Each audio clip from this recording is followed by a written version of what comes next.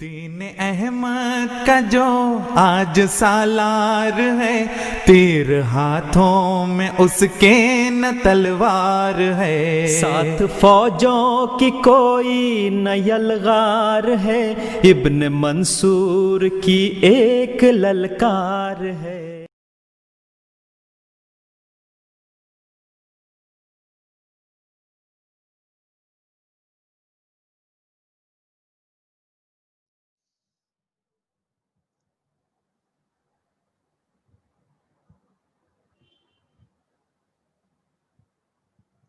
السلام علیکم ورحمۃ اللہ وبرکاتہ۔ اشہد ان لا الہ الا اللہ وحدہ لا شریک لہ واشہد ان محمدا عبدہ ورسولہ۔ اما بعد فاعوذ باللہ من الشیطان الرجیم، بسم اللہ الرحمن الرحیم۔ آج اس درس میں حضرت مسلم موعود رضی اللہ تعالیٰ عنہ کی تفسیر کبیر سے چند اہم باتیں ذکر کروں گا جو اس زمانے میں احباب جماعت کے لیے بہت ضروری بھی ہیں اور اس میں اہم ہدایات سے بھی مشتمل ہیں۔ حضور انور کے خاص طور پر یہ تفسیر کبیر پہلے جلد کی سورہ البقرہ کی آخری آیت کی تفسیری نوٹ آپ کے سامنے رکھوں گا مختصراً۔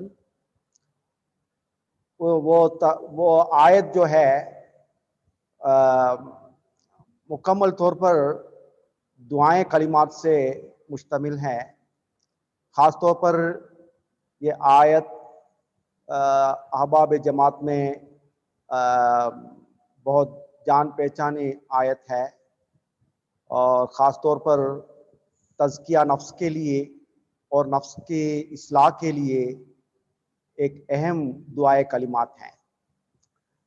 اس میں اللہ تعالیٰ فرماتا ہے لا یکلف اللہ نفسا الا وسعها لها ما کسبت وعلیہا ما اکتسبت ربنا لا تؤاخذنا ان نسینا او اخطأنا ربنا ولا تحمل علينا إصرا كما حملته على الذين من قبلنا ربنا ولا تحملنا ما لا طاقة لنا به واعف عنا واغفر لنا وارحمنا أنت مولانا فانصرنا على القوم الكافرين۔ اس کا ترجمہ یہ ہے لا یکلف اللہ نفسا الا وسعها، اللہ کسی جان پر اس کی طاقت سے بڑھ کر بوجھ نہیں ڈالتا۔ لہا ما کسبت وعلیہا ما اکتسبت، جو اس کے لیے ہے جو اس نے نیکی کمایا اور اس کا وبال بھی اسی پر ہے جو اس نے بدی کا اکتساب کیا۔ ربنا لا تؤاخذنا ان نسینا او اخطأنا، اے ہمارے رب تو ہمیں مواخذہ نہ کر اگر ہم بھول جائیں یا ہم سے کوئی خطا ہو جائے۔ ربنا ولا تحمل علینا اصرا کما حملته علی الذین من قبلنا، اور اے ہمارے رب تو ہمیں ایسا بوجھ نہ ڈال جیسا ہم سے پہلے لوگوں پر جن کے غلطیوں کی وجہ سے گناہوں کی وجہ سے تو نے ڈالا ہے۔ ربنا ولا تحملنا ما لا طاقت لنا به، اور اے ہمارے رب تو ہمیں ایسا کوئی بوجھ نہ ڈال جو ہماری طاقت سے بڑھ کر ہو۔ واعف عنا واغفر لنا وارحمنا، اور ہم سے درگزر فرما اور ہمیں بخش دے اور ہم پر رحم فرما۔ انت مولانا فانصرنا علی القوم الکافرین، تو ہی ہمارا والی ہے، پس ہمیں کافر قوم کے مقابل پر نصرت عطا فرما۔ حضرت مسلم موعود رضی اللہ تعالیٰ عنہ لا یکلف اللہ نفسا الا وسعہا کے ایک آیت کے ایک حصے کی تفسیر کرتے ہوئے فرماتے ہیں، اللہ تعالیٰ ایسا حکم نہیں دیتا جس کی بجا آوری کی انسان میں طاقت نہ ہو، پس جبکہ اس کی طرف سے ہمیشہ ایسے احکام نازل ہوتے ہیں جن پر عمل انسانی طاقت سے باہر نہیں ہوتا، تو لازماً سب ذمہ داری انسان پر عائد ہوتی ہے اور انعامات الہیہ کا بھی وہی مستحق ٹھہرتا ہے اور عدم تعمیل کے بنا پر اس کی سزا کا بھی وہی مستحق قرار پاتا ہے۔ پھر حضور لہا ما کسبت وعلیہا ما اکتسبت کے مطلب اس طرح فرما رہے ہیں، یعنی اس کے مطلب ہے، اس کا ترجمہ ہے کہ وہ اس کے لیے ہے جو اس نے نیکی کمائی اور اس کا وبال بھی اسی پر ہے جو اس نے بدی کا اکتساب کیا۔ اس کے بارے میں حضور فرماتے ہیں، یعنی انسان اگر اچھا عمل کرے گا تو اس کا فائدہ اسی کو پہنچے گا، اور اگر وہ بدی کرے گا تو اس کا نقصان بھی اسے ہی ہوگا۔ یہی خدا تعالیٰ کا قانون ہے۔ نیکی ایک فطری چیز ہے جس پر عمل انسان کے لیے کوئی بوجھ محسوس نہیں ہوتا، لیکن بدی ایک ایسی غیر فطری چیز ہے جو اخلاقی قوتوں کو برمحل استعمال نہ کرنے کی وجہ سے پیدا ہوتی ہے، جو ظاہر ہونے پر انسان کے لیے تکلیف کا باعث بنتا ہے۔ ہاں، جس نے بدی کمایا ہے اس کی سزا ضرور ہوگی، قصدن یا ارادتن اس کا ارتکاب کیا جائے گا۔ پھر حضور فرماتے ہیں کہ تزکیہ نفس کے لیے اللہ تعالیٰ نے مومنوں کو بعض خاص دعائیں بھی سکھائے ہیں، کیونکہ دعا ایک ایسا ذریعہ ہے جس سے انسان اپنے خالق خدا تعالیٰ کا چہرہ دیکھتا ہے، اور اسی طرح دعا ایک ایسا ذریعہ ہے جس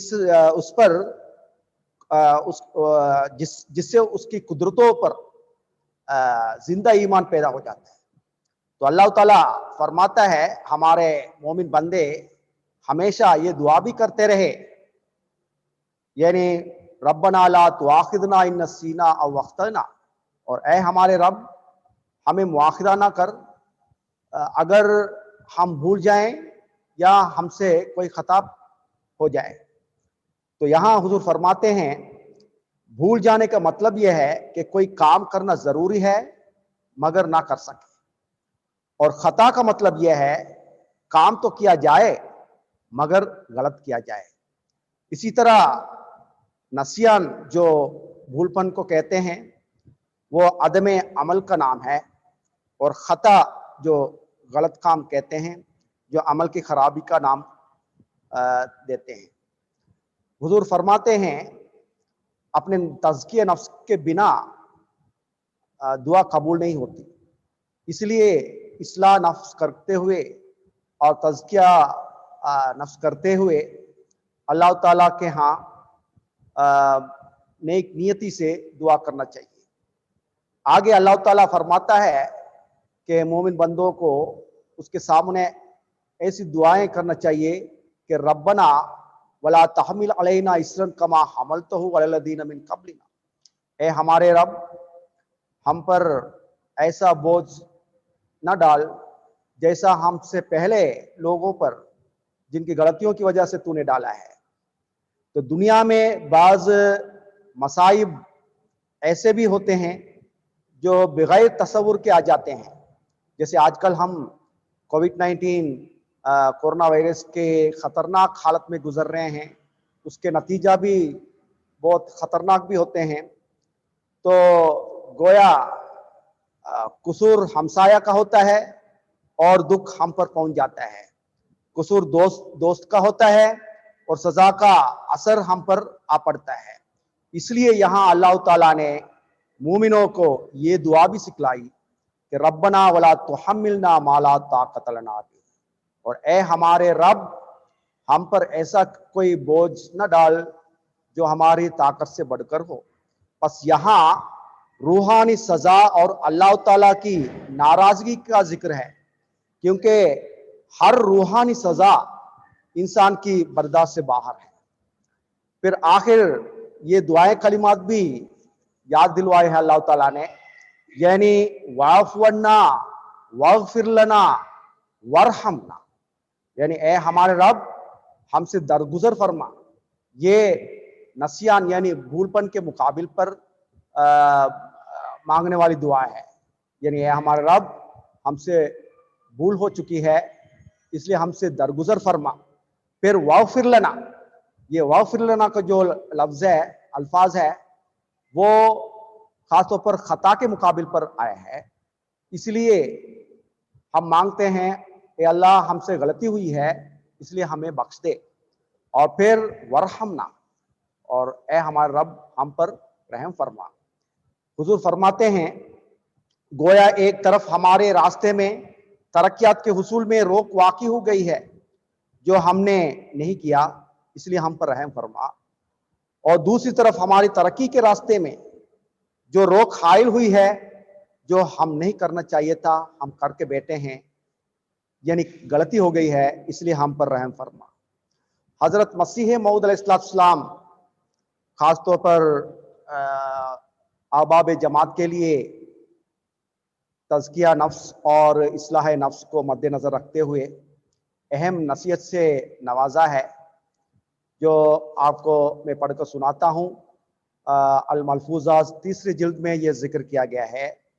حضرت مسیح موعود علیہ السلام نے فرمایا اس سلسلہ سے خدا تعالیٰ نے یہی چاہا ہے اور اس نے مجھ پر ظاہر کیا ہے کہ تقوی کم ہو گیا ہے۔ بعض تو کھلے طور پر بے حیائیوں میں گرفتار ہیں اور فسق و فجور کی زندگی بسر کرتے ہیں، اور بعض ایسے ہیں جو ایک قسم کی ناپاکی کی ملون اپنے اعمال کے ساتھ رکھتے ہیں، مگر انہیں نہیں معلوم اگر اچھے کھانے میں تھوڑا سا زہر پڑ جاوے تو وہ سارا زہریلا ہو جاتا ہے۔ اور بعض ایسے ہیں جو چھوٹے چھوٹے گناہ، ریاکاری وغیرہ جن کی شاخیں باریک ہوتی ہیں ان میں مبتلا ہو جاتے ہیں۔ اب اللہ تعالیٰ نے یہ ارادہ کیا ہے کہ دنیا کو تقوی اور طہارت کی زندگی کا نمونہ دکھائے، اس غرض کے لیے اس نے یہ سلسلہ قائم کیا ہے۔ وہ تطہیر چاہتا ہے اور ایک پاک جماعت بنانا اس کا منشا ہے۔ پھر اور ایک جگہ میں حضرت مسیح موعود علیہ السلام فرماتے ہیں کہ تزکیہ نفس اور اصلاح نفس کے لیے صحبت صادقین کی بھی ضرورت ہے مومنوں کے لیے۔ اللہ تعالیٰ کے فضل سے حضرت مسیح موعود علیہ السلام کے ذریعے سے خلافت احمدیہ کو اللہ تعالیٰ نے قائم فرمایا، جو قیامت تک جاری رہے گا انشاءاللہ، اور اس سے ہم مستفیض ہوتے رہنا چاہیے۔ تو حضرت مسیح موعود علیہ السلام فرماتے ہیں اصلاح نفس کی ایک راہ اللہ تعالیٰ نے یہ بتائی ہے، کونوا مع صادقین، یعنی جو لوگ قولی، فعلی، عملی اور حالی رنگ میں سچائی پر قائم ہیں ان کے ساتھ رہو۔ اس سے پہلے فرمایا یا ایھا الذین آمنوا اتقوا اللہ، اے ایمان والو تقوی اللہ اختیار کرو۔ اس سے یہ مراد ہے کہ پہلے ایمان ہو، پھر سنت کے طور پر بدی کی جگہ کو چھوڑ دے اور صادقوں کی صحبت میں رہے۔ صحبت کا بہت بڑا اثر ہوتا ہے اور جو اندر ہی اندر ہوتا چلا جاتا ہے۔ مثال کے طور پر اگر کوئی شخص کنجروے کے پاس چلتا ہے اور وہ یہ کہتا ہے میں زنا نہیں کرتا،